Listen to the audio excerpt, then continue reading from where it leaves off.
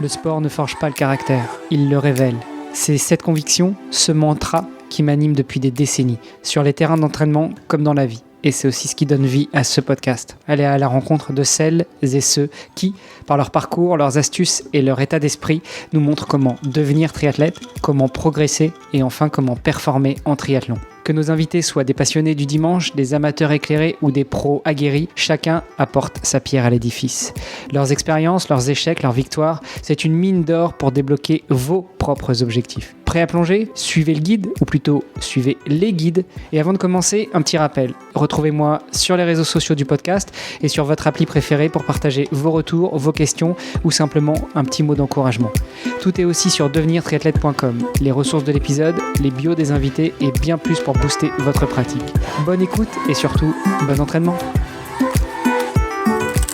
Salut les sportifs, c'est Armano et je suis très heureux de vous recevoir pour un nouvel épisode du podcast Devenir triathlète. Aujourd'hui, je vais échanger avec un triathlète, un sportif et pas que, avec qui j'ai eu la chance d'être mis en relation grâce à Jean-Christophe Leblévec qui a simplement commenté une de ses publications. Je m'en veux un peu parce que je n'avais pas encore spoté cet athlète qui n'est pas que un athlète, mais en tout cas, c'était l'occasion de faire une belle rencontre. Et puis on s'est dit qu'on pourrait raconter un petit peu sa vie, ses péripéties, sa pratique du triathlon dans un épisode de podcast. Et je suis donc très heureux de tendre le micro à Enis Mansour. Salut Enis. Salut Armano, merci beaucoup de m'accueillir sur ce podcast et ravi de pouvoir échanger avec toi et de parler de triathlon. Eh ben écoute, c'est un plaisir. Ouais, on a dit qu'en off, on rigolait, on a dit qu'on essaierait d'introduire un peu le sujet du triathlon. Ouais, c'est quand même un peu l'objectif. Maintenant que c'est fait, on n'est plus obligé d'en parler. En tout cas, j'aime bien ton intérieur. C'est quoi, c'est une guitare ou un violon que je vois derrière? Une guitare? C'est une guitare. Tu pratiques aussi? Oui, un petit peu. Je t'avoue que le triathlon a pris le dessus sur la guitare ces 2 dernières années, mais je joue un petit peu, oui. Ah, cool. Écoute, on va pouvoir en parler. Remarque, rajouter une 4e discipline, enfin une 5e, 6e, 7e, parce qu'il y a aussi le sommeil, l'alimentation. Les transitions, l'alimentation, oui. Mais rajouter une petite, ça permet de croiser aussi, tu vois, ça permet de travailler les doigts. Donc pour la natation, c'est pas mal. Exactement. Quand on a une tendinite, quelque part, on peut pratiquer, avoir une tendinite au poignet à la place de l'avoir ailleurs. Ouais. C'est ça, exactement. Ou alors en avoir 2. Écoute, en tout cas, je sens qu'on va bien se marrer pendant cet épisode. Tu l'auras compris, même quand je rigolais un peu off, c'est beaucoup second, 3e, 4e degré avec moi. Donc ne te vexe pas. Chères auditrices, chers auditeurs, si vous ne me connaissiez pas encore, malgré 5 ans d'exercice de ce podcast, n'hésitez pas à aller réécouter d'autres épisodes. Des fois, on se marre bien. En tout cas, je sens que ça va être le sujet du jour. Enis, écoute, je pense que la meilleure façon de commencer ce podcast, comme je commence tous les épisodes, c'est de te laisser la parole, te laisser te présenter. Donc dis-nous tout, qui est Enis Mansour? Eh bien, qui suis-je? Je m'appelle Enis, j'ai 35 ans, bientôt 36, j'habite à Nantes. Pour parler de ma pratique du sport, j'ai pratiqué le sport depuis tout petit. J'ai fait surtout des arts martiaux en club quand j'étais jeune et du foot avec les copains toutes les semaines. J'ai arrêté après pendant 10 ans parce que études, début de carrière, etc. Et je m'y suis remis en 2018 à l'occasion de mon premier triathlon et première expérience en sport d'endurance. Donc j'ai découvert ça. J'ai fait mon 2e triathlon en 2021 et depuis je suis tombé dedans. Donc maintenant, j'enchaîne. Je suis en club et je suis très content d'en faire toujours plus. Ouais, ça c'est un truc, c'est casse-pied avec le triathlon. Souvent, quand on y goûte, on tombe amoureux et on a du mal à s'en séparer. C'est ça. Et donc, quel était ton premier tri? À Nantes ou ailleurs? Non, à l'époque, j'habitais à Paris. J'ai fait partie de cette vague de confinés parisiens qui ont voulu fuir la capitale. Et donc, c'était au triathlon de Chantilly. Super sympa là-bas. En M, ouais, c'était super sympa. J'avais découvert les joies de l'eau vive, de l'eau libre, le fait qu'on voyait rien, qu'il y avait des algues partout, qu'on se prenait des coups. C'était une belle découverte. Un qui est sympa aussi pour commencer, par rapport à cet environnement aquatique, enfin aquatique, c'est un bien grand mot, c'est Enghien. Franchement, moi j'y avais pris beaucoup de plaisir. Je sais pas s'il se fait encore, mais bon, je suis tout jeune, donc je l'avais fait dans les années 2000. Et c'est vrai que quand tu te mets à l'eau dans le lac d'Enghien, tu te rends compte qu'il y a de la vie en dessous. L'avantage en triathlon, c'est qu'on voit pas vraiment ce qui se passe. On voit à peine notre main, donc on voit pas les silures et autres petites joyeusetés qu'il peut y avoir dans les fonds. Ouais, en tout cas, ça, c'est dans le nord, dans la partie nord Enfin, nord, ouais, au-dessus de Lyon, quoi, au-dessus de la Loire. Après, sinon, des fois, on nage dans des lacs qui sont super transparents, super agréables. Enfin, en brun, c'est sympa, même si tu commences à nager un peu au lever du soleil. Le Birman, enfin, pour ne citer que, l'Alpe d'Huez aussi. Il y a un paquet de triathlons où dans l'eau, tu passes quand même un bon moment. Ok, ouais, j'ai jamais couru dans le sud. Mais voilà, d'expérience, même quand l'eau est à peu près transparente, quand il n'y a pas de monde dedans, quand il y a 1000 triathlètes qui sont lancés, ça fait du remous. C'est clair, c'est parti, ouais. Tu disais que tu as pratiqué les sports de combat principalement. Tu faisais quoi? J'ai fait beaucoup de karaté et j'ai fait 1 an de full contact. Ok. Waouh. T'en as fait aussi? Moi, j'ai fait plutôt du judo. Donc, moi, c'était pas la génération Karate Kid. Enfin, j'étais justement de la génération Karate Kid, mais moi, j'ai plutôt fait du judo. Avec le recul, même si tu as commencé le triathlon en 2018, Oui, c'est ça. est-ce que tu trouves que la pratique des sports de combat, en particulier le karaté, voire le full contact, et aussi le foot, alors j'ai pour coutume de me moquer un peu des footballeurs et du foot, etc., mais on m'a fait remarquer qu'il fallait arrêter. Mais au-delà de ça, il y a quand même beaucoup d'avantages. Alors, que ce soit le foot ou en tout cas les sports collectifs intensifs, donc le foot, le volley, le hand, ce genre de sport, est-ce que tu trouves que ça a un impact positif sur ta pratique du triathlon aujourd'hui? Ce qui était compliqué au début en commençant le triathlon, c'était la partie endurance, parce que avec la partie sport de combat, j'avais une grosse explosivité, la partie puissance anaérobie où j'étais bien développé, mais tenir un effort longtemps, c'était plus compliqué. Donc j'avais une bonne base d'explosivité que j'ai pu travailler en endurance et pour pouvoir m'améliorer.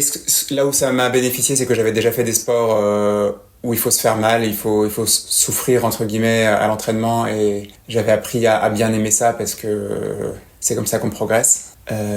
Et donc ça m'a pas fait peur de venir sur des séances des séances de fractionnés difficiles, des choses comme ça quand j'ai commencé le triathlon. C'est vrai que c'est l'avantage et l'inconvénient des sports collectifs, ou en tout cas des sports où on pratique une certaine forme d'intensité, c'est qu'on a la caisse relativement à l'intensif, donc les répétitions courtes et entre guillemets violentes, sans mauvais jeu de mots par rapport au sport de combat. En revanche, on a peut-être un petit peu moins d'endurance, et donc finalement, à un moment, mixer un peu les deux, ça permet d'avoir un bon rapport de pratique dans le triathlon. Ouais, exactement. Mon premier triathlon, j'avais eu des crampes au bout de 200 mètres de course à pied, je crois. Ou peut-être même moins que ça. Aujourd'hui, c'est un lointain souvenir, mais... Ouais, mais allez, on va regarder le côté positif des choses, c'est que tu avais déjà nagé et tu avais déjà roulé, donc tu avais déjà fait quelques bonnes minutes de sport. Oui, c'est ça. J'avais poussé un peu trop loin, je pense. Et c'était quoi comme distance d'ailleurs, tu nous as pas dit? C'était un M. M, ok. Donc distance olympique, donc c'est pas mal ça pour commencer. Oui, exactement. Oui, naïvement, j'avais vu 1005 de nage, j'ai déjà fait, 40 de vélo, j'ai déjà fait, 10 de course, ça devrait aller. Et j'avais pas pensé que en fait, c'était les enchaînés qui étaient compliqués. Vu que tu as commencé il n'y a pas très longtemps, petite question, parce que ce podcast qui porte le nom de Devenir triathlète, l'objectif c'est quand même d'inciter les gens à découvrir, à devenir triathlète, à progresser dans sa pratique, voire à performer par la suite. Quand tu commences, qu'est-ce qui t'a... alors, au-delà de ce qui t'a excité dans l'idée de commencer le triathlon, d'en faire un premier, mais qu'est-ce qui t'a le plus effrayé et qu'est-ce qui a été le plus dur pendant ce premier triathlon? Est-ce que c'est, je te mets un peu sur la piste, est-ce que c'est les transitions? Est-ce que c'est l'enchaînement des 3 sports? Est-ce que c'est l'enchaînement sans pause, donc sans respirer quasiment entre les 3 sports? Est-ce que c'est la perte de repères? Enfin voilà, je t'ai donné quelques pistes, maintenant t'as 2 heures, ciao. C'est parti. Alors il y a eu plusieurs choses qui étaient compliquées pendant la course. La première, c'est l'eau froide. J'ai été entraîné heureusement à l'eau libre peut-être 2 semaines avant le triathlon. J'avais fait une première natte en eau libre pour essayer, et le froid me prend complètement la poitrine. J'ai l'impression que j'arrive plus à respirer, et c'est la panique. Et donc quand on commence dans l'eau, il fait froid, on n'arrive pas à respirer, on se prend des coups. J'ai fait quelques brasses et j'ai bien cru que j'allais abandonner. Je me suis dit non, mais t'as pas le droit d'abandonner maintenant, t'as raconté à tout le monde que t'allais faire un triathlon, maintenant assume. On fait quelques brasses, on essaye de s'y remettre petit à petit, mais j'ai mis, je pense, sur les 1500 mètres qu'il y avait à nager, j'ai mis bien 1 kilomètre, voire un peu plus, à trouver ma nage, à réussir à respirer. Donc il y avait l'eau froide qui était compliquée. Après, sur le vélo, j'étais content. La transition s'est bien passée. J'étais content d'être sur le vélo parce que c'était le sport que je pratiquais le plus, même si j'en faisais pas beaucoup par rapport à maintenant. Mais c'était le petit moment de calme, on va dire, de faire mon vélo. Et après la transition vélo-course à pied, c'était à la fois horrible et rigolo à observer. C'est-à-dire qu'il y avait la moitié des muscles qui étaient complètement cramés parce que ils ont bien travaillé sur le vélo. L'autre moitié qui était fraîche, le rythme cardiaque qui était bien haut. Donc j'étais parti pleine balle, sans m'en rendre compte, mais comme je te l'ai dit tout à l'heure, au bout de 100 ou 200 mètres, grosse crampe. J'ai dû faire mes 10 km de course à pied en 1h20 peut-être, parce que j'ai dû m'arrêter un nombre incalculable de fois. Bon.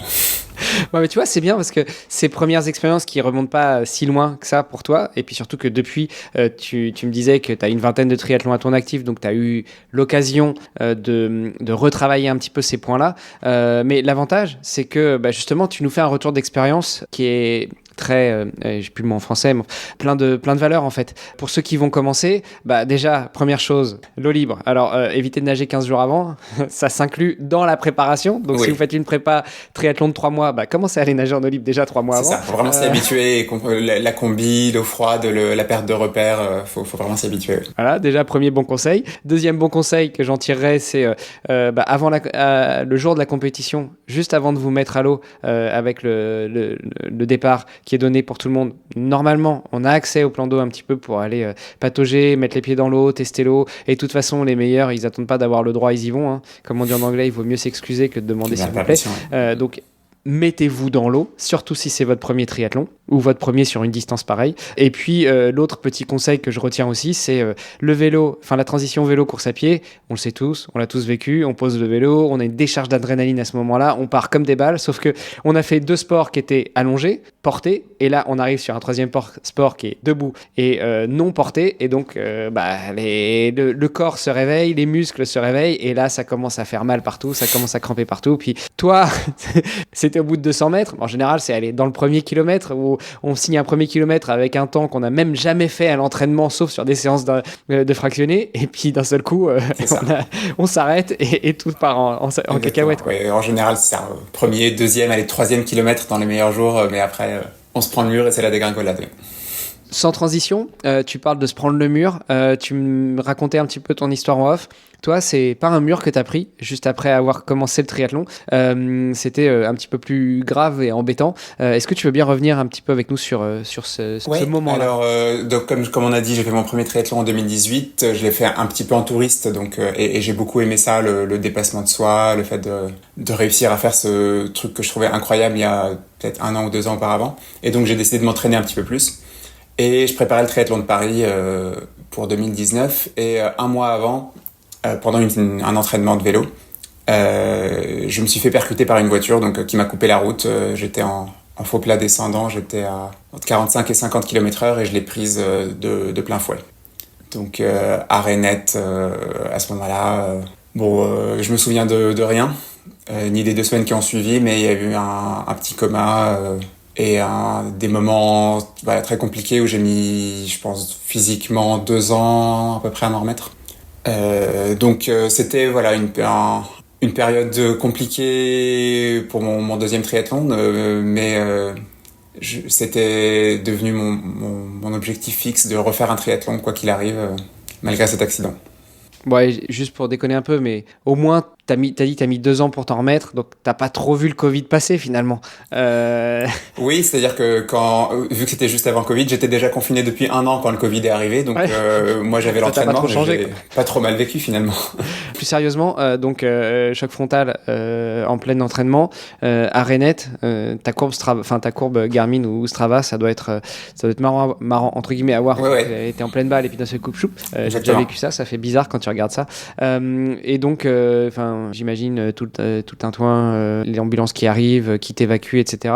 Toi, t'as aucun souvenir de ce qui s'est passé ? Est-ce qu'on t'a raconté au moins ou Ouais, on m'a raconté. C'est une personne d'un certain âge, 94 ans, qui savait pas vraiment ce qu'il faisait, qui m'a coupé la route. Il devait couper la route pour aller chez lui, mais il a pas regardé s'il y avait du monde qui arrivait. Et il avait une conduite très hésitante, donc j'ai sûrement dû croire qu'il s'arrêtait pour me laisser passer, alors qu'en fait, il s'arrêtait pas, il a redémarré après. J'ai pas pu l'éviter. Donc, je l'ai pris. Il y avait mon ex qui était juste derrière, donc qui a pas vu la scène, elle était un petit peu derrière, mais qui est arrivée juste après et qui a pu appeler les secours. Et là où j'avais eu beaucoup de chance aussi, c'est je crois qu'il y avait un tournoi de foot dans le coin à ce moment-là, donc il y a eu une médecin du SAMU qui passait par là, qui est rentrée chez elle en civil et qui a vu l'accident, donc qui a pu intervenir et bien organiser les secours. parce que on avait appelé les pompiers à la base, mais elle a vu la gravité de la situation. Elle a dit c'est pas les pompiers, c'est le SAMU. Elle leur a expliqué la situation. Ils sont arrivés avec le bon matos. Il y avait un brancardier du SAMU qui passait juste après, donc ils ont pu à deux me dégager mon casque qui était en train de m'étrangler. J'étais en train de devenir bleu. Ah ouais. Donc j'ai beaucoup de chance là-dessus. La totale. Et du coup, ton casque était en train de t'étrangler parce que t'as pris un choc frontal, t'as eu un trauma crânien et puis t'étais en train de gonfler, ou est-ce que c'est parce que t'avais mal positionné ton casque? Est-ce que tu te souviens de tout ça? Je me souviens pas. Il était pas mal positionné, mais avec le choc, il a dû se décaler vers l'arrière ou quelque chose comme ça. Et donc la sangle a attrapé la gorge. Et comme, vu la violence du choc, elle soupçonnait une fracture une fracture cervicale, ce qui était le cas, donc elle avait bien raison de faire gaffe à pas enlever le casque n'importe comment. Et donc, ils ont réussi c'est pour ça qu'ils ont dû le faire à deux, et ils ont réussi à bien le faire. Ok, waouh, c'est glaçant quand même comme histoire, mais en même temps, ça permet justement de se préparer, ou enfin pour autant qu'on puisse se préparer, mais en tout cas d'être alerte sur le fait que quand on est sur le vélo, c'est pas forcément innocent, et ça peut arriver à tout le monde, même quand on essaye de faire attention à ce qu'on fait, et surtout quand on n'est pas responsable. Donc trauma crânien grave, là t'es évacué, t'es pris en charge, petit coma, tu nous as dit, tu restes un peu 15 jours dans le coltard. Comment se passe la récupération après? La récupération après, alors ça a été assez, comment dire, pendant 2 semaines, j'ai aucun souvenir, mais les souvenirs sont revenus, enfin, ont recommencé à s'imprimer petit à petit. Donc ça veut dire que pendant les 2 semaines qui ont suivi, je me souviens d'une chose sur deux, des gens qui m'ont visité un mois après l'accident à l'hôpital où j'en ai aucun souvenir.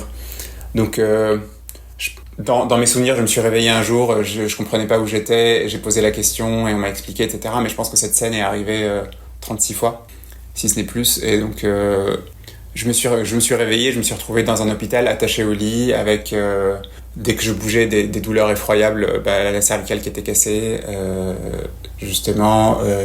J'avais les dents de devant qui avaient sauté aussi, avec les nerfs qui étaient à vif. Donc, quand je buvais de l'eau, que je respirais, ça faisait mal. Et je me suis retrouvé comme ça, à pas comprendre ce qui m'arrivait. Et donc, petit à petit, j'ai réussi à reconstituer l'histoire. Je sais pas combien de fois on me l'a raconté. Et donc là, la récupération, c'est petit à petit. C'est-à-dire que on prend les petites victoires les unes après les autres. Réussir à attraper une bouteille d'eau pour boire, c'est déjà, on est content. Ensuite, réussir à attraper un stylo ou une tasse ou des choses plus fines. C'est les challenges qu'on se lance. Réussir à se lever, marcher un petit peu. J'avais un fauteuil roulant, un déambulateur à disposition que je refusais absolument de toucher parce que j'avais envie de remarcher, je voulais pas en entendre parler. J'ai fait un peu la tête de mule, je pense que j'étais un peu fatigant pour les personnes qui m'accompagnaient, pour les soignants, mais je voulais pas en entendre parler. Et à ce moment-là, les médecins, alors encore une fois, pour autant que tu t'en souviennes, peut-être qu'on te l'a raconté, mais en tout cas, les premiers pronostics, une fois que tu es pris en charge à l'hôpital, que tu es traité, je sais pas s'il y a eu opération ou pas, mais les premiers pronostics, c'est quoi? C'est tu marcheras plus, tu te lèveras plus, ou ils se prononcent pas? Les premiers pronostics, c'est on n'y croit pas vraiment, on en voit régulièrement des accidents comme ça, le cycliste ne s'en sort pas. J'ai été en réa pendant 10 jours quand même, ce qui est plutôt long d'après ce qu'on m'a dit. Et après, petit à petit, quand mon état s'est stabilisé, quand ma vie n'était plus en danger, on m'a dit oui, effectivement on a commencé à me renseigner sur les cotorep, etc., pour les handicaps à la fois physiques et mentaux. Effectivement, donc on m'a pas dit frontalement que je marcherais plus, mais on m'a dit on verra, ça évolue, nanana, mais on m'a incité fortement à m'habituer au fauteuil roulant et au déambulateur parce que ça serait ça ma vie. Et quand j'ai demandé si je pourrais refaire du triathlon au kiné, il a presque rigolé avant de se ressaisir. Je te coupe, mais ouais, il se passe quoi à ce moment-là? Alors, je le rappelle, t'as plus de souvenirs, ou à ce moment-là, ça s'imprégnait pas, mais de ce qui te reste, il se passe quoi quand un médecin te dit ça? Te dit pas forcément tu marcheras plus ou tu feras plus de tri, mais habitue-toi au fauteuil roulant ou au déambulateur. Dans mon souvenir, donc ça c'était la scène que je te raconte, c'est peut-être 3 semaines après l'accident. Donc on n'est pas sur les 2 premières semaines où j'étais inconscient ou semi-conscient, je racontais n'importe quoi à longueur de journée, mais ce dont je me souviens c'est ok, ils y croient pas, mais moi je vais y croire parce que de toute façon j'ai rien de mieux à faire. Je me vois pas abandonner maintenant. Moi, j'ai toujours eu un faible pour les histoires de comeback exceptionnelles comme ça. Ça m'a toujours inspiré dans des films ou dans le sport. On pourra parler de foot là-dessus si tu veux, que tu pourras te remoquer des footeux. Non, ça y est, je fais plus ça, j'ai compris. mais mine de rien, tu vois, c'est dommage parce que j'admire énormément les sportifs, quel que soit le sport dont on parle. L'esprit sportif, les valeurs sportives, le dépassement de soi, etc. Et le foot, c'est juste que c'est un endroit où on peut facilement taper parce que déjà, c'est extrêmement populaire et donc il y a de tout et de tout le monde dans le foot, et notamment dans les excès, dans un sens comme dans l'autre. Et donc, moi, ce qui m'agace, c'est certains footballeurs qui sont vraiment dans l'excès ou dans la caricature d'eux-mêmes, voire même du sportif lambda, quoi. Et c'est pour ça que je tape à chaque fois facilement sur le foot, mais je pourrais taper sur d'autres sports. Mais non, j'ai décidé d'arrêter sur le foot. J'ai encore relu les commentaires de certains auditeurs et auditrices hier. J'arrête, j'ai bien compris. Je vous embrasse d'ailleurs. Mais donc oui, ouais. Là j'ai arrêté de regarder le foot depuis un petit moment maintenant, mais quand j'étais ado j'adorais ça, et c'était la fameuse finale Liverpool-Milan où Milan gagnait 3-0 à la mi-temps, c'était la meilleure équipe du monde, et Liverpool, qui était l'outsider, a réussi à remonter et à gagner. Et ça c'est un match qui m'a toujours inspiré, où à chaque fois que je suis dans des situations un peu difficiles, je me dis si eux avaient abandonné à la mi-temps, ils n'auraient pas gagné. Donc je vais pas abandonner non plus. Donc c'est un peu à ça. Voilà. On pourrait parler aussi de la Coupe d'Europe France-Italie, où l'Italie gagnait jusqu'à la avant-dernière seconde, et puis voilà. Exactement. Et en tant que franco-italien, forcément, j'ai versé ma petite larme, pas pour les Français. On pourrait en parler. Mais ouais, donc toujours un petit fait pour les histoires de comeback c'est ça. Dans les films, dans le sport et autres. Et est-ce qu'à ce moment-là, tu te sens investi d'une sorte de mission, et de te dire aujourd'hui c'est moi le comeback, quoi? Oui, c'est ça. Je me suis dit si dans toutes ces histoires là, si le héros abandonne quand il a des difficultés, il y a pas de film, il y a pas d'histoire, donc c'est moi le comeback. Non seulement je vais refaire du triathlon, mais je ferai un L un jour. À l'époque, un L pour moi c'était un truc de grand malade. J'en ferai un jour, je referai des M, et je mettrai 1 heure de moins à faire mon M que ce que j'ai fait à mon premier. Je lâche pas l'affaire maintenant. Wow, c'est vachement inspirant. Et tu visualisais justement non, je serais plus fort que ça, j'irais au-delà de ça, je ferais un L un jour, ou est-ce que la première étape c'était pas je vais me lever, je vais marcher, ou ce qui t'animait vraiment, c'était les étapes d'avant? Oui, il faut les faire, mais moi ce qui m'anime, c'est retourner sur un tri. Un peu des deux. Alors ce qui m'a animé à ce moment-là, c'est ce qui a créé une espèce de rage. C'était je veux retourner sur un tri, c'est hors de question que j'écoute ce qu'on me dit là, j'abandonne pas. Et après c'était effectivement, je sais que pour arriver là il y a beaucoup d'étapes à faire avant, donc il y a 1 million de petites victoires à gagner avant ça. Et donc je commence par me lever, je commence par battre l'orthophoniste au puissance 4, je commence par faire il paraît qu'elle m'aurait laissé gagner, mais moi j'y crois pas non plus à cette théorie. Donc voilà, il y a plein de petites histoires avant, de petites victoires à gagner avant. Donc c'est pas ce qui m'animait au quotidien, mais c'est ce qui me motivait de me dire allez, 1 centimètre après l'autre. La route va être longue, mais on va y arriver. Surtout sur un L, ça fait beaucoup de centimètres à parcourir. Combien de temps il te faut justement pour parcourir plusieurs centimètres? Parce que forcément, quand tu sais plus te lever, tu sais plus marcher, tu sais plus réfléchir, tous ces genres de choses qui... Finalement, on s'en rend pas compte, mais on a énormément de chance de tenir debout, de pouvoir tenir une tasse. On était en train de boire un petit verre tout à l'heure. Donc tout ça, c'est des choses dont on se rend plus compte, mais qui sont pas innées, qu'on a appris depuis qu'on est né. Puis des fois, quand on fait un reset, notamment quand notre cerveau fait un reset, on sait plus faire tout ça. Il te faut combien de temps de rééducation? Tu passes combien de temps à l'hôpital? Enfin, t'as dit que t'as mis 2 ans pour t'en remettre physiquement et pour refaire un tri, mais avant de refaire un tri, il te faut combien de temps pour te remettre debout d'aplomb?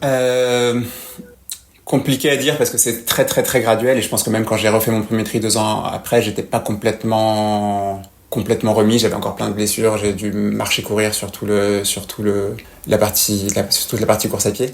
Les étapes, ça a été sortir de l'hôpital. Je voulais absolument sortir de là parce que ça me déprimait un petit peu. J'étais dans un hôpital avec beaucoup de gens qui étaient victimes d'AVC, qui étaient complètement... Enfin, il y avait peu d'espoir de rémission. Et donc, ça me déprimait vraiment d'être avec eux. Je voulais absolument sortir parce que retrouver une vie à peu près normale. Donc, j'ai réussi à remarcher un petit peu, sortir. Je suis sorti debout de l'hôpital et j'en étais très fier. Je suis rentré chez moi. Après, je suis allé courir.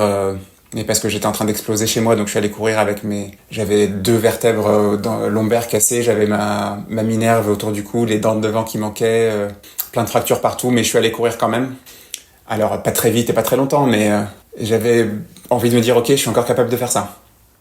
Y a eu ça, petit à petit, je courais de plus en plus. J'ai refait un 10K à Paris en novembre, donc l'accident était en mai. En novembre, je refais un 10K, mai 2019, oui. Je refais un 10K, je sais plus comment il s'appelle, un 10K à Paris en novembre, que je sais plus en combien de temps je fais, plus qu'1 heure je pense, mais bon, c'est pas ce qui était important. Ce qui était important, c'est d'avoir une médaille, mettre un dossard et avoir une médaille. J'ai fait un petit triathlon, mais un faux triathlon, à faire un S avec 5 km nager 750 mètres en piscine, puis 5 km 20 km à Vélib, pardon, puis 5 km de course à pied que j'ai eu beaucoup de mal à finir, des périostites, des aponévrosites, des trucs qui explosent dans tous les sens, mais que j'ai réussi à finir quand même, donc c'était une étape importante aussi. Donc petit à petit, voilà, j'ai refait ma première sortie en vélo de route un an pile après l'accident. L'accident était le 12 mai, je crois qu'on a été déconfiné le 11 mai 2020. Et donc c'était parfait pour que le lendemain, je boucle la boucle avec une nouvelle sortie vélo. Donc je reprends un nouveau vélo de route que j'ai acheté parce que évidemment le premier a explosé. 1 an après, donc j'étais très content de pouvoir refaire du vélo. 1 mois après, je voulais faire le Ventoux parce que pourquoi pas. Je voulais faire le Ventoux, sauf que c'est vrai que ça je t'avais pas raconté, mais c'est ce qui rend l'histoire encore plus marrante. Donc en juin 2020, du coup, j'avais pris le vélo depuis 1 mois. Je m'entraînais un petit peu dans le coin du Ventoux avant de le monter. 2 jours après, là, je me refais percuter par une voiture. Mais... Je me dis, mais bon, il y a un moment, faut peut-être arrêter, je sais pas, j'ai un problème. Alors, j'ai fini aux urgences quand même pour contrôle, mais j'avais rien d'autre que des grosses pizzas. Alors, le vélo a fini aussi à la casse, il était complètement mort, mais j'avais rien d'autre que des pizzas et des grosses contusions. À ce moment-là, tes proches, ils devaient devenir fous. Ouais. Ou tu l'as gardé pour toi? Non, bah, ouais, ils sont devenus fous. Je l'ai pas dit à mes parents, je l'ai dit à mes parents très tard après. Mais oui, c'était compliqué. Et là, j'ai vraiment douté. Où je me suis dit, mais si ça se trouve, je suis juste pas fait pour le vélo. Là, encore, c'était pas du tout ma faute. C'était quelqu'un qui était derrière moi, qui doublait c'était même pas un virage, c'était une courbe. Elle a vu une voiture arriver en face, elle a paniqué, donc elle a décidé de se rabattre sur le cycliste. Ouais, c'est le meilleur choix à faire, hein, finalement. Entre prendre une voiture et écraser un cycliste, vaut mieux écraser les cyclistes. Hein. Le plus drôle, c'est les piétons, mais... Elle avait le temps de piler, hein, donc... Elle venait d'avoir le permis, bon. Ah, mon pauvre. Bon, là, t'avais... Ouais, juste quelques pizzas, donc quelques égratignures et raflures. Le vélo à la casse, mais toi, ça va. Mentalement, par contre, t'as dû reprendre un bon gros coup. C'est ça. J'ai pris un bon gros coup mentalement et c'est la première et seule fois où je me suis demandé si je continuais ou pas. Donc j'ai vachement hésité, j'ai fini par décider de m'y remettre quand même parce que j'en avais besoin. J'avais besoin d'aller me défouler, de courir. Comme c'était compliqué aussi, c'était compliqué à tous les niveaux. Là, on a beaucoup parlé de physique, mais mentalement, psychologiquement, j'ai perdu mon boulot à ce moment-là où j'avais un bon boulot et j'étais en pleine ascension, on va dire. Ça a été un peu stoppé. Donc je me disais bon, là je vois que je progresse sur le triathlon, je vois que je progresse, donc je vais continuer à m'accrocher à ça. Donc j'ai pu m'y remettre pas longtemps après, à partir du moment où les contusions étaient passées, où je pouvais marcher à peu près normalement, j'ai pu m'y remettre. Donc il y a eu cette étape-là. Ensuite, bon, pendant l'année qui a suivi, je m'étais inscrit au triathlon de Tours, le Tour&Man qui est devenu Ironman maintenant, mais qui l'était pas encore à l'époque. Et donc j'ai fait mon 2e M et j'étais très fier parce que j'avais fait mon premier en 3h29 et j'ai réussi à faire le 2e en 3h28. Donc j'étais vraiment super fier d'avoir gratté je crois qu'il y avait même pas 1 minute, il y avait 30 secondes d'écart entre les deux, mais c'était... Ah, mais le contexte n'était pas le même, quoi. Le premier, c'était la découverte, et le deuxième, c'était ta renaissance, finalement. Parce Exactement. Que, en fait, t'as commencé à faire du triathlon 2 fois dans ta vie. C'est ça, on peut dire ça comme ça. Donc c'est le premier triathlon de ma 2e vie.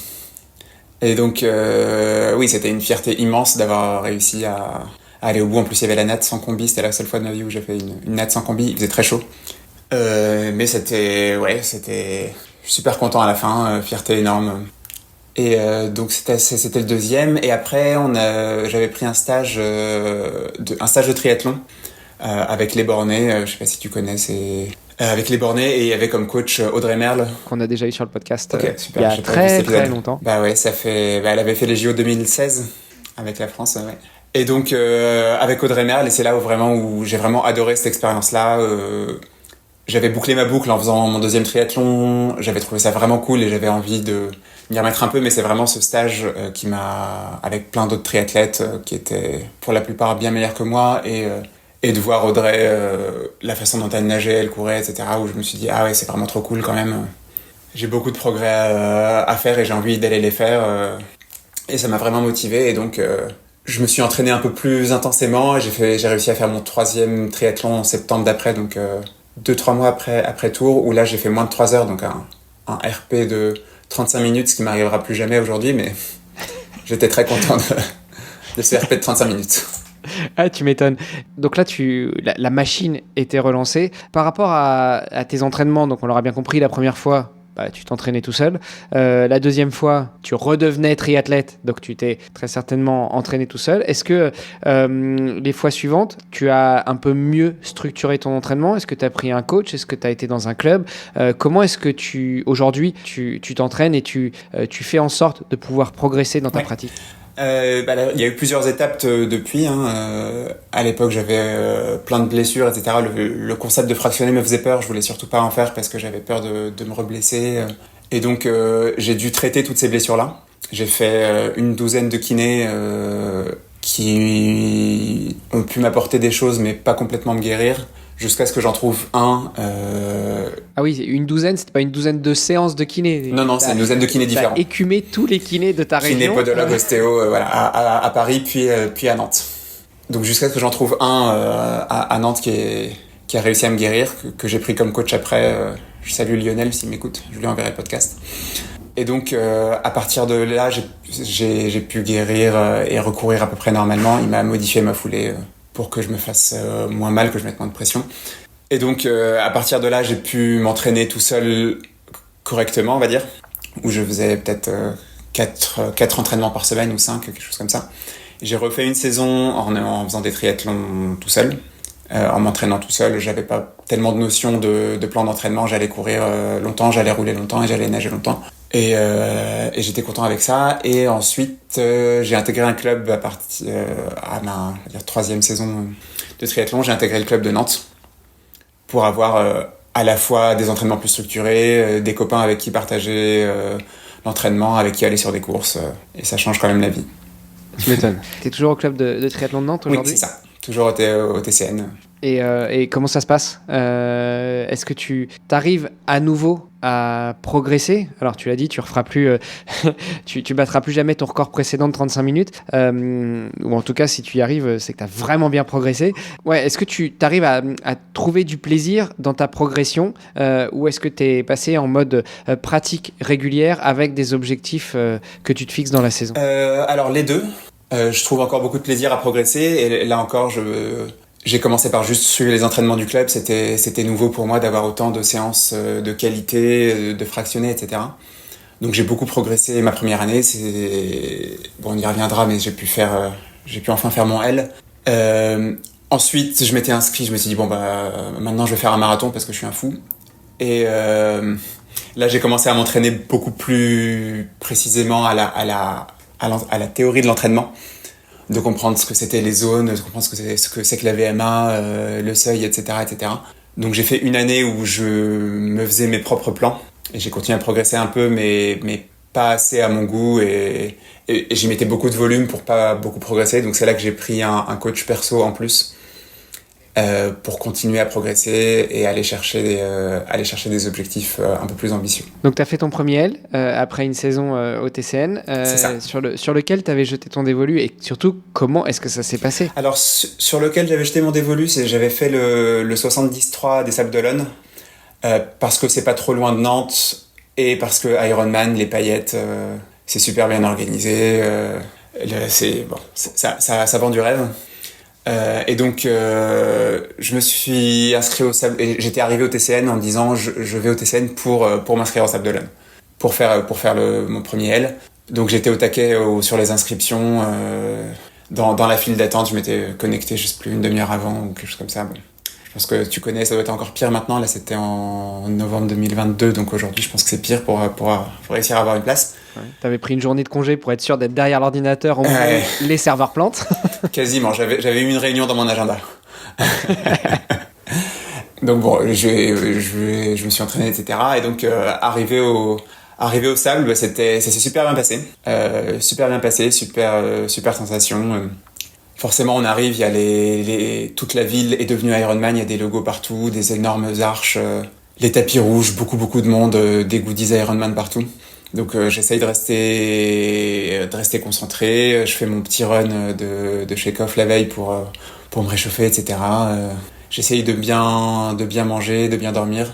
Bon, j'étais avec un copain du club, on a fini par manger une pizza, je sais pas si c'est la meilleure définition de bien manger une veille de course, mais bon. Écoute, moi je reste persuadé et je reste un gros défenseur de l'alimentation plaisir aussi, surtout la veille de course. Si t'es bien dans ta tête au moment de prendre ton départ, et surtout si t'es en paix, si t'es en accord avec le fait que t'as mangé un truc qui te faisait envie, et bah tant mieux quoi. Après c'est sûr que si tu t'invales 4 pizzas, qu'elles restent sur ton bide et que le lendemain matin au réveil t'arrives pas à fermer la combi, ça c'est autre chose. Mais l'alimentation plaisir fait partie aussi de ce moment que tu vas t'accorder en allant vers ton objectif. Ouais, carrément. Oui, c'est ça. Il y a tellement de stress, de toute façon, une veille de course et même un matin de course, que faut réussir à trouver le bon équilibre entre manger quelque chose qui va pas te rester sur le bide et quand même ne pas trop rajouter du stress et de la pression. Donc après, la nat se passe super bien. Je fais un temps que j'avais jamais fait et que je ferai plus, mais bon, il y avait peut-être un peu de courant dans le dos, mais on va oublier, on va pas le dire, tu le couperas au montage. Ça va. Donc si vous l'entendez, hein, auditrices et auditeurs, c'est peut-être juste que vous avez été sur la vidéo que je n'aurais pas coupé, ou alors je le laisserai juste en bonus à la fin pour le plaisir. Donc super nat, après je prends le vélo, bon là encore petite crampe, menace de crampe au mollet au bout de 1 ou 2 kilomètres à vélo.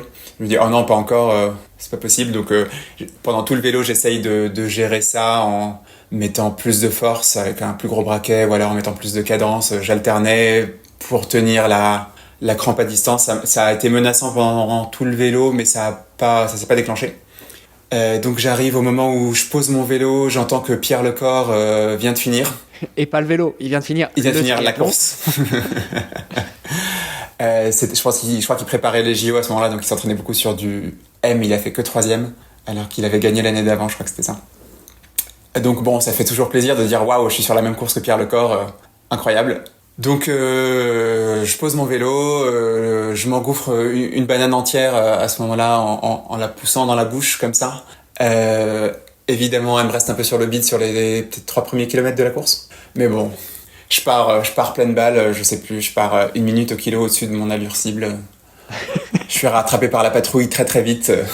Il y a sur le 73 des Sables, il y a peut-être 2 kilomètres sur le goudron et après il faut passer sur la plage pendant pas longtemps, mais on passe sur la plage et après il y a des escaliers pour monter sur le remblai. Et là le sable plus les escaliers, ça m'a complètement coupé les jambes, donc après il restait peut-être 18 kilomètres à faire. Ça va. Donc bon, j'ai réussi à courir tout du long, déjà c'est super cool. Il y avait plein de monde qui encourageait. J'en garde des souvenirs c'était vachement dur, j'ai pas beaucoup pu accélérer, j'étais en gros positif split, j'ai fini beaucoup plus lentement que je n'ai commencé, mais super souvenir, il y a beaucoup de monde, il faisait beau, il y avait du vent dans un sens, mais on avait le vent dans le dos dans l'autre, bon. Ça aussi je le laisse ou je le coupe? Il y avait le vent de face dans l'autre sens, et c'était un aller-retour, donc... Ouais, donc voilà, ça s'équilibrait, quoi. C'est ça s'équilibrait. Et puis voilà, on arrive sur le tapis, je sais plus, il était rouge ou bleu, sur le tapis coloré de l'Arche, et là, il y a tous ces souvenirs de mon accident qui reviennent, le kiné qui me laisse entendre que je pourrais plus faire de triathlon, etc. Il y a tout qui me revient à ce moment-là. Et donc, quand je passe la ligne d'arrivée, je suis super content. Je regarde même pas mon temps à ce moment-là, mais j'avais un temps cible, mais bon, j'avais aucune idée de si j'allais le faire ou pas. il se trouve que je l'ai très largement fait, mais c'est pas ce qui est important à ce moment-là. À ce moment-là, juste je savoure le fait que j'ai fait mon L et que j'ai conjuré le sort ou bouclé la boucle ou appelons ça comme on veut, mais c'était une page qui se tournait, quoi. Ah, c'est beau, c'est beau. Et forcément, c'est ce qui a donné aussi l'élan, ce qui a allumé la flamme de la suite, parce qu'aujourd'hui, tu as fait ce premier L en 2023 au Sable d'Olonne, mais c'est pas pour autant que tu as rangé le vélo et puis tu as laissé tomber. Tu as continué et tu continues toujours à pratiquer et à prendre du plaisir en triathlon. Oui, exactement. Donc j'étais super content avec ce L, c'était un bonheur absolu, mais il me restait l'objectif de faire 1 heure de moins qu'avant mon accident, ce que j'ai fait 2 mois plus tard à Quimperlé, sur M. Et après, je me suis dit, là je fais 5h09 au Sable d'Olonne, sous les 5 heures, ça serait bien quand même. Donc on va s'entraîner pour ce que j'ai essayé de faire l'année d'après, que j'ai pas réussi, que j'ai réussi à faire cette année, mais il y a toujours un objectif après. Et c'est ça qui est, parce qu'on je finis les Sables d'Olonne, je me dis j'ai quand même eu une crampe sur le début du vélo, j'ai dû gérer la course à pied, je suis parti trop fort, peut-être que je peux faire mieux quand même, si j'étais parti un peu comme si, j'aurais peut-être fait plutôt comme ça. Et on fait jamais la course parfaite et on se dit qu'on peut toujours, en corrigeant certains trucs, on pourrait faire un temps incroyable et être encore plus fier de soi, donc j'ai été pris dans l'engrenage. Après, c'est un truc sans fin, quoi. C'est-à-dire qu'effectivement, tu te dis toujours, comme tu fais jamais la course parfaite, tu te dis toujours que tu peux t'améliorer. Là, je rentre d'Otilo, qui sont les championnats du monde de swimrun, et c'est vrai que avec mon binôme, on a bien souffert, mais on se dit que quand Hugo Tormento et son binôme, il y a 2 ans, ou il y a 3 ans, font 7h59, est-ce qu'ils auraient voulu faire un sub 7h? Évidemment, mais en réalité, ils gagnent, et les 59 secondes, ils sont toujours dans les 7 heures. Ils n'ont pas fait 7 heures et 1 minute. Et donc, effectivement, on veut toujours faire mieux. Et on se dit toujours que si on ajuste ci ou ça, on fera mieux. En revanche, sur des épreuves comme le triathlon, des fois, il suffit d'un petit ajustement pour enclencher la théorie du papillon et du coup, complètement désorienter tout le reste. Donc, comment tu t'organises depuis 2023 pour faire mieux à chaque fois, mais pas que le château de cartes s'effondre? Alors, entre 2023 et 2024, je pense que ça a été... J'ai fait plus de volume, tout simplement. J'ai fait plus d'heures à pied, plus d'heures sur le vélo, plus d'heures dans l'eau. Et ça tout seul ou toujours encadré par ton coach? J'étais avec le club, j'avais pas pris de coach perso. Donc j'ai fait ça, j'ai réussi à faire mon premier marathon, j'étais très content de mes sensations, etc. J'ai réussi à faire donc j'étais à 5,09, j'ai fait un RP à 5,08 sur Autriat de Braise, à côté de Lorient, en 2024. Mais bon, j'avais beaucoup augmenté mon volume, beaucoup travaillé, et les améliorations n'étaient pas énormes. Mais bon, comme tu dis, c'est un château de cartes qui peut être fragile, surtout quand on s'envoie un certain nombre d'heures d'entraînement par semaine. Ça commence à tirer, on est toujours en train de gérer ces potentielles blessures, ces potentiels petits signaux comme du lait sur le feu. Donc je me suis dit, avec le boulot, avec ma vie perso, et je peux pas mettre plus d'heures. Et donc, si je veux m'améliorer plus, il faut que je trouve une autre solution, il faut que je m'entraîne mieux et pas juste plus. On dit parfois que le triathlon, c'est un sport de débile, il faut juste faire plus de volume, plus d'heures, plus de bornes. C'est pas forcément toujours le cas. Je pense que c'est surtout un sport d'équipe, parce que tu as besoin d'être accompagné, encadré, soutenu, et tout seul, ça paraît difficile. C'est ça. Donc j'en avais parlé un petit peu à mon coach au club, qui m'avait dit qu'effectivement c'était beaucoup de volume pour les résultats qu'il y avait. Et je me suis dit je vais aller le fameux kiné qui avait réussi à me soigner, je me souvenais qu'il était aussi coach de triathlon, et donc je l'ai contacté pour qu'il m'accompagne pour améliorer ma structure d'entraînement. Tu peux donner son nom, n'hésite pas, on n'est pas à la radio, et au contraire, autant lui rendre hommage. Ouais, je l'ai salué tout à l'heure, je le resalue, Lionel Lestrat, qui est dans la région nantaise. Et qu'on a déjà eu sur le podcast aussi, il y a quelques temps. Ah ouais, je savais pas. Je vais écouter. Ça me fait 2 épisodes à t'envoyer pour que tu les écoutes, t'es obligé. Carrément. Donc ça s'est super bien passé avec lui, j'ai fait tous mes objectifs. Je voulais faire un moins d'une 30 sur semi, c'est fait, moins de 5 sur L, c'est fait.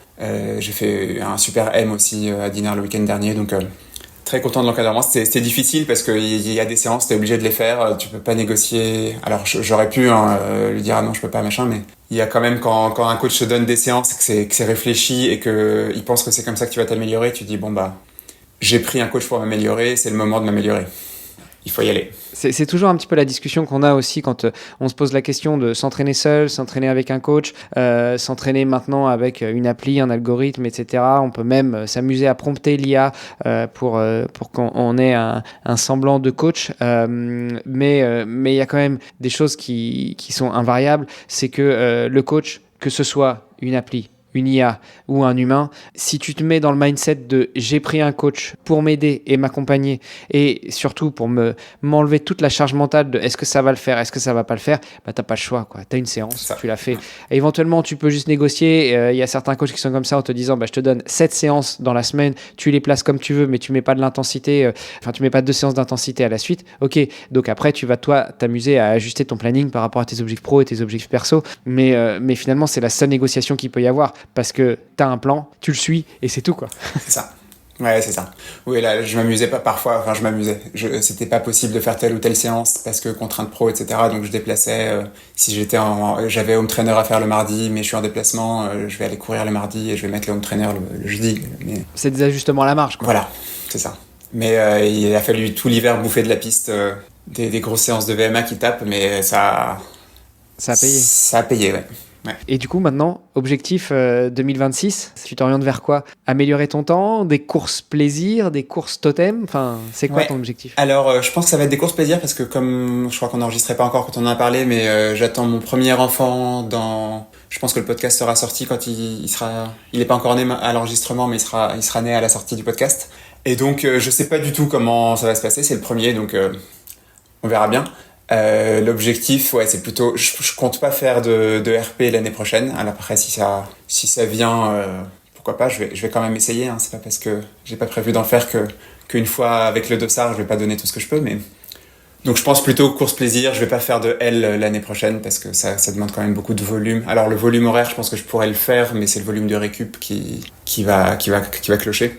Et la charge mentale d'aller se faire mal à l'entraînement quand on a déjà mal, qu'on a mal dormi, qu'on a le boulot, etc. Bon. Comme je te disais en off, hein, les premières nuits, ça va être compliqué. Et après, ça ira. C'est une question d'une vingtaine d'années à peu près. Puis après, ça sera mieux. Oui, 20 ans, ça va vite. Hein, j'aurais même pas 60 ans. Je pourrais encore refaire des RP. Je suis rassuré. Est-ce que dans le coin de ta tête, vu que tu as augmenté au fur et à mesure les distances, après cette série de L, est-ce qu'il y a du XL? Est-ce qu'il y a de l'Ironman, du full? Forcément. J'ai refait un M là depuis, j'en ai pas fait depuis 2 ans et j'adore cette distance. J'y ai pris beaucoup de plaisir et je pense que je vais dans un premier temps aller peut-être plutôt chercher des chronos, des classements sur M, mais c'est sûr que je ferai au moins un full, évidemment la belle Ironman, paillettes, Yoharan Ironman, etc. Obligé. Peut-être que d'ici là ça coûtera 3000 balles de s'inscrire, mais... Il y a de l'inflation. Clair, avec l'inflation, c'est un truc de dingue. Mais oui, forcément, je l'ai en tête. Là, aujourd'hui, je me dis, si j'avais pas eu un projet enfant en route, je pense que j'aurais tenté un full d'ici peut-être 26, 27, 28. J'aurais envie de le faire. Je pense que si je le fais aujourd'hui, je le finis. J'aurais pas envie juste de le finir. J'aurais envie de vraiment prendre du plaisir tout du long, de pas être un zombie sur le marathon. Donc je pense que ça demande beaucoup de prépa et je pense qu'il faut que j'augmente mes volumes petit à petit et pas doubler mon volume sur une prépa de 6 mois. Je pense que c'est pas durable. J'ai beaucoup de risques de me blesser et d'être dégoûté du triathlon si je fais ça. Ouais, après à voir est-ce qu'il faut effectivement augmenter le volume? Est-ce que c'est pas mieux structurer l'entraînement, rebasculer un petit peu la charge différemment, basculer encore plus de l'intensité vers l'endurance, hein, le 80-20 ou le 85-15, à voir. Bon, de toute façon, Lionel sera très certainement bien t'orienter là-dessus, mais c'est pas forcément synonyme d'augmenter la charge. En revanche, t'as pas le choix. Sur du distance Ironman, il va falloir faire des grosses sorties vélo. Alors effectivement, si t'as le petit bonhomme ou la petite puce à la maison le week-end, cramer une journée pour aller faire 6 heures de vélo, ça va peut-être pas être le meilleur moment cette année. C'est ça, sachant que j'ai cramé 2 ou 3 heures la veille pour faire une sortie course à pied. Ouais. Donc effectivement, je pense que tu as raison, c'est une question de structure aussi, et c'est une question aussi de borne à vie. Donc je pense que si j'avais fait une prépa Ironman il y a 2 ans, j'aurais eu besoin de plus m'entraîner que si je l'ai fait dans 5 ans avec tout l'entraînement pour le M et le L dans les pattes. C'est clair, c'est clair. Écoute, bon courage. Et puis, on se reparlera d'ici là. Hein. On fera un petit épisode rappel pour voir si les plans se sont réalisés ou pas. Et puis, tiens, histoire de te mettre un peu la pression, on en avait parlé en off, mais ce sera peut-être aussi l'occasion de faire un point sur ton projet de raconter ton histoire. Parce que là, on le fait en podcast, mais il y a un truc qui te trotte derrière la tête. Là. Oui, bah, c'est cette histoire avec l'accident, la rémission, etc. Je sais pas trop quoi en faire. Pour te dire, j'ai commencé à écrire dessus. Je sais pas combien de fois, j'ai pensé à je ne sais pas combien de formats. Je pense que ça me ferait plaisir et du bien d'écrire un truc là-dessus et de pouvoir en parler et que ça soit, et que j'en sois content. Mais je t'avoue que j'arrive pas du tout à choper le bon format, le bon ton. Donc bon, je suis très content d'en parler en podcast aujourd'hui. Ça fait une première, un premier pied dans la porte. Mais c'est l'occasion de rappeler aux auditrices et aux auditeurs que je mets systématiquement les liens des réseaux sociaux de mes invités dans les notes du podcast. D'ailleurs, un petit objectif, c'est faire augmenter ta communauté Strava et Instagram. Mais c'est aussi l'occasion de prendre contact parfois avec les invités. Alors maintenant, sur Strava, on peut envoyer des messages privés. Sur Insta, on peut le faire depuis longtemps.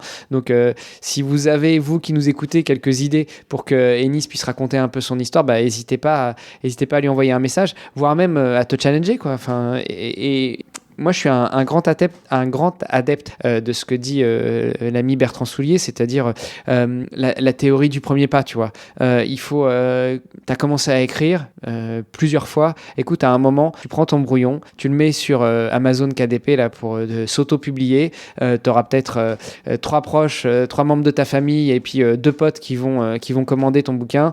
Ça leur coûtera pas une blinde, mais en revanche, ça t'aura permis déjà d'écrire quelque chose et d'avoir des premiers retours sur la façon dont c'est écrit, dont c'est raconté, peut-être aussi d'avoir des inputs complémentaires sur là tu as écrit toi ce que tu as vécu, comment tu l'as ressenti, comment on t'a raconté aussi les choses, parce que les premières semaines la mémoire était un peu défaillante, et peut-être que eux pourront te donner leur avis, leur point de vue, et puis ça te permettra d'enrichir et d'avancer sur un autre support ou une autre façon de raconter tout ça, et puis d'enfin atteindre ton objectif comme en triathlon, qui est d'écrire un bouquin pour raconter ton histoire, quoi. Ouais, carrément. Je pense que je dirais même que c'est le deuxième pas le plus difficile, parce que il y a un moment avec la motivation, on a l'idée, allez, je suis chaud, je commence à écrire. Et c'est souvent le lendemain où je relis, je me dis, en fait, c'est pas terrible. Qu'est-ce que je vais faire de ça, etc. C'est toujours, je trouve, le deuxième pas qui est peut-être plus compliqué que le premier, mais c'est clair que il faudrait commencer et se lancer. Un truc que je donne souvent à mes confrères podcasteurs ou néo-podcasteurs qui me disent mais comment tu fais pour monter, tu t'écoutes, en fait il faut que tu déconnectes complètement et que tu dis que c'est pas toi que tu es en train d'écouter, donc c'est pas toi que tu es en train de critiquer en fait. Oui, tu fais ton montage de ton épisode, mais c'est comme si tu montais en sous-traitance le podcast de quelqu'un d'autre, quoi. Et pareil quand t'écris, en fait, si tu te relis le lendemain avec un œil critique en te disant mais non, mais c'est nul ce que j'ai écrit. Quand tu fais tes tableaux financiers ou tes dashboards pour tes clients ou pour ton patron, tu te dis pas non, j'ai mis le 0 au mauvais endroit. Ça peut arriver parfois, mais donc franchement n'hésite pas, vas-y. Ouais, carrément. Écoute, j'ai essayé de t'envoyer une petite dose de motivation, j'espère que ça va payer. Je prends. Il y a des fois certains invités qui ont des projets comme ça, je leur dis je publierai pas l'épisode tant que tu n'auras pas avancé là-dessus. Bon, je vais pas te faire ça, je comprends que c'est pas la motivation qui te manquerait, donc on publiera cet épisode d'ici 3-4 semaines, une fois qu'il sera monté, une fois qu'il sera prêt dans le flux, mais t'inquiète, mais je garde ça en tête, je te taquinerai un petit peu de temps en temps pour savoir est-ce que tu en es de ton projet. Trop bien, ça me fera des piqûres de rappel et ça me fera ne pas l'oublier, parce que c'est vrai qu'il est toujours sur le dessous de la pile. Il faut le passer au-dessus. Ouais. Enis, j'ai toujours une question signature pour terminer le podcast qui s'appelle Devenir triathlète, et je demande toujours à mes invités comment devenir triathlète. Quel est ton meilleur conseil pour devenir triathlète? Et j'ai envie de te la poser 2 fois à toi, en fait, parce que toi, t'es devenu 2 fois triathlète avant ton accident et après ton accident. Donc, quel serait ton meilleur ou tes meilleurs conseils pour devenir triathlète? Alors, mes meilleurs conseils, il faut, comme on le disait à l'instant, c'est le premier pas. Je sais que moi, ça me semblait insurmontable comme distance avant d'en faire. Ça ne l'est pas, c'est exigeant, c'est difficile, mais c'est loin d'être insurmontable et on peut y prendre beaucoup de plaisir. Donc, faut oser le faire. on peut avoir peur aussi de l'investissement, de l'achat du vélo, etc. Mais on peut très bien prendre un vélo d'occasion, payer ça 400 balles et s'entraîner avec des chaussures de running, vos chaussures de running habituelles. Aller à la piscine, parfois ça peut être un peu plus pénible pour les gens, mais oui, faut en passer par là. Mais à la fin, c'est une super ambiance, une super expérience de voir des gens. Il y a beaucoup de gens qui sont comme nous, qui sont au même niveau que nous. On va pas être le débutant parmi 1000 pros. Il va y avoir, ça va être très bien réparti. Il y aura des gens, on sera toujours avec des gens quand on court, qui sont des gens un peu meilleurs, des gens un peu moins bons. Et donc, je pense que c'est la première chose à dire. Faut oser y aller. Et ensuite, je pense qu'il faut se renseigner au maximum sur quelles sont les bonnes choses à faire. On en a parlé pendant l'épisode, mais s'entraîner à l'eau libre, ça, je pense que c'est un impondérable. De savoir ce que ça fait, d'avoir la combi qui gêne un peu sur les épaules, d'avoir le froid qui comprime un peu. Il y a des gens qui ont froid à la fin. Moi, j'ai froid au début de la course, jamais à la fin, mais il y a des gens, c'est l'inverse, qui commencent à avoir froid à la fin. Donc, tout ça, faut le connaître, ne serait-ce que pour voir que, quand j'arrive pas à respirer au début, je me rends compte qu'au bout de... C'était 20 minutes au début, c'est 2 minutes aujourd'hui, mais au bout d'un moment, j'arrive à respirer, je meurs pas. Et donc, c'est pas grave. Je vais surmonter ça et je vais le vivre comme un col à vélo ou comme n'importe quelle épreuve dans la vie où on sait qu'on va y arriver. Donc faut s'entraîner à l'eau libre, réviser un peu ses transitions, savoir qu'en arrivant j'ai telle et telle chose à faire. Ça m'est déjà arrivé sur mes premiers triathlons de partir courir avec mon casque sur la tête. Bon, c'est pas dramatique, mais quand on est pris dans l'excitation, on oublie plusieurs choses. Donc je pense qu'il faut bosser un petit peu ces transitions. Et après, les 3 sports, il n'y a pas de secret, faut s'entraîner à nager, faut s'entraîner à rouler, à courir. Moi, j'ai commencé par un M, c'est pas forcément ce que je conseillerais à tout le monde. J'ai même des copains qui ont commencé par un L, mais qui avaient un bon niveau avant, qui faisaient d'autres sports avant. Donc voilà, faut commencer par ce qui nous semble le plus faisable, et puis prendre du plaisir. C'est des sports où on prend vraiment beaucoup de plaisir. Il y a du stress, etc. avant la course, mais une fois qu'on est lancé, après, faut kiffer son moment et passer la ligne d'arrivée, c'est génial. Et pouvoir en débriefer après pendant des heures et des heures avec ses proches, c'est très cool aussi. C'est très cool pour nous, pas pour eux, mais pour nous, c'est cool. Ça dépend. Tu disais que lors de ton accident, il y avait ton ex qui était derrière toi, donc oui. J'imagine qu'elle pratiquait aussi un peu. Donc, pouvoir débriefer avec elle, ça peut toujours être sympa, quoi. C'est ça. Et puis maintenant, comme je suis en club, il y a les copains qui ont fait le même tri. On se retrouve à la ligne d'arrivée avec la galette saucisse à Dinard le week-end dernier. Galette saucisse et bière et on débrief. Bon, c'est très sympa. Ouais, bien sympa, j'imagine. Ouais. Écoute, merci beaucoup pour tout ça. Dernière petite question, on parlait un petit peu des réseaux sociaux tout à l'heure. Où est-ce qu'on peut te suivre, t'encourager, te contacter aussi, ou te mettre un petit coup de pression pour sortir enfin ta première mouture de ton histoire? Alors, il y a sur Strava. Je crois que tu as prévu de mettre le lien. Je peux t'envoyer le lien Insta aussi. Il se passe pas grand-chose sur mon Instagram. Il y a peut-être 3 stories par an et une publication, mais bon, faut toujours me contacter là-dessus. Ou alors LinkedIn, où c'est le réseau social où je suis le plus actif, mais c'est le réseau social pro. Mais je peux recevoir des messages sur le triathlon. Je suis toujours content de parler de triathlon, quel que soit le contexte. Nickel. Eh ben écoute, merci beaucoup Enis. C'était très sympa de pouvoir échanger avec toi sur toi et surtout sur ces expériences que tu as vécues.